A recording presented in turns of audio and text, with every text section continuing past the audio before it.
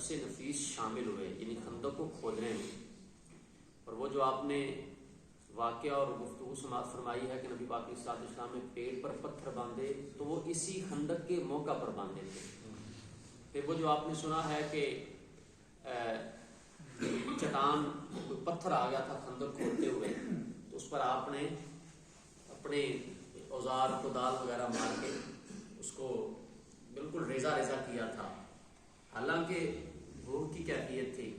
اور پھر جب اس کو مارا تھا تو پھر ساتھ آپ نے یہ بھی ارشاد فرمایا تھا کہ اب روم فتح ہوا، اب ایران فتح ہوا. یہ اس وقت آپ نے خبریں دی تھی، وہ بھی خندق کے موقع پر ہوا تھا. تو خیر حضرت ارشاد فرماتے ہیں میں نے خندق کے دن نبی پاک علیہ الصلوۃ والسلام کو مسکراتے دیکھا یہاں تک کہ آپ کے دانت مبارک ظاہر ہوئے. قال قلت کیف کان ضحکہ، حضور کے مسکرانے کی وجہ کیا تھی؟ کہتے ہیں وجہ یہ تھی کہ خندق کے موقع پر ہوا یوں کہ کان رجل معہ ترسن، سامنے کے لوگوں میں کفار میں ایک بندہ تھا جس کے پاس ڈھال تھی.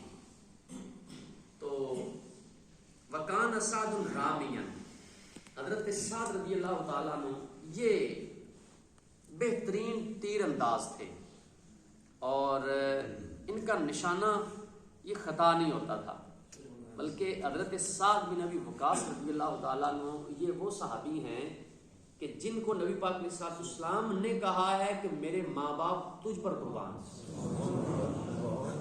غزوہ احد کے موقع پر حضور انہیں تیر دیتے، سعد انہیں فرماتے کہ سعد تیر پھینکو تجھ پر میرے ماں باپ پر. تو یہ تیر انداز تھے اور جو ہے نا وہ بالکل نشانے پر تیر جا لگتا تھا. اس زمانے کی ظاہر مہارت تھی. تو فرماتے ہیں وہ جو سامنے والا بندہ تھا نا اس کے پاس ڈھال تھی. اب وہ کان الرجل یقول کذا وکذا بالترس، وہ ڈھال کبھی ادھر کرتا کبھی ادھر کرتا.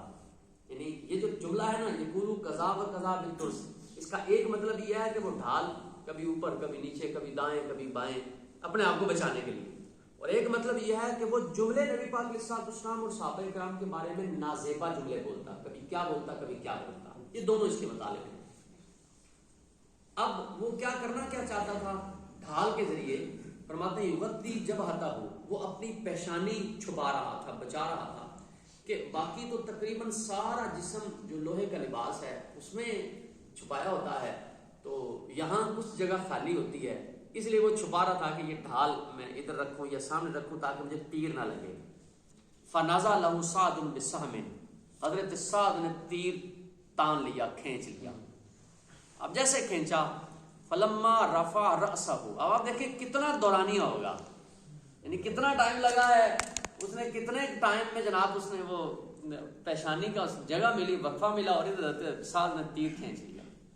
تیر کھینچا اور کھینچتے ہی آپ نے اپنے طریقہ کار کے مطابق اس کو چھوڑ دیا. فلما رفع رأسہ رماہ، اس نے جیسے سر اٹھایا تو آپ نے فوراً تیر چھوڑ دیا. فلم یخطی ہذہ منہ، وہ سیدھا اس کی پیشانی میں جا لگا، یعنی خطا نہیں ہوا، سیدھا بالکل پیشانی پہ جا لگا. اور اس تیر کی شدت اتنی تھی کہ وانقلب الرجل وشال برجلہ، وہ بندہ الٹ گیا اور اس کی ٹانگیں کھڑی ہو گئی. اس تیر میں اتنی جان تھی کہ آپ نے تیر چھوڑا، جب تیر پھینکا تو اس کی ٹانگیں بھی کھڑی ہو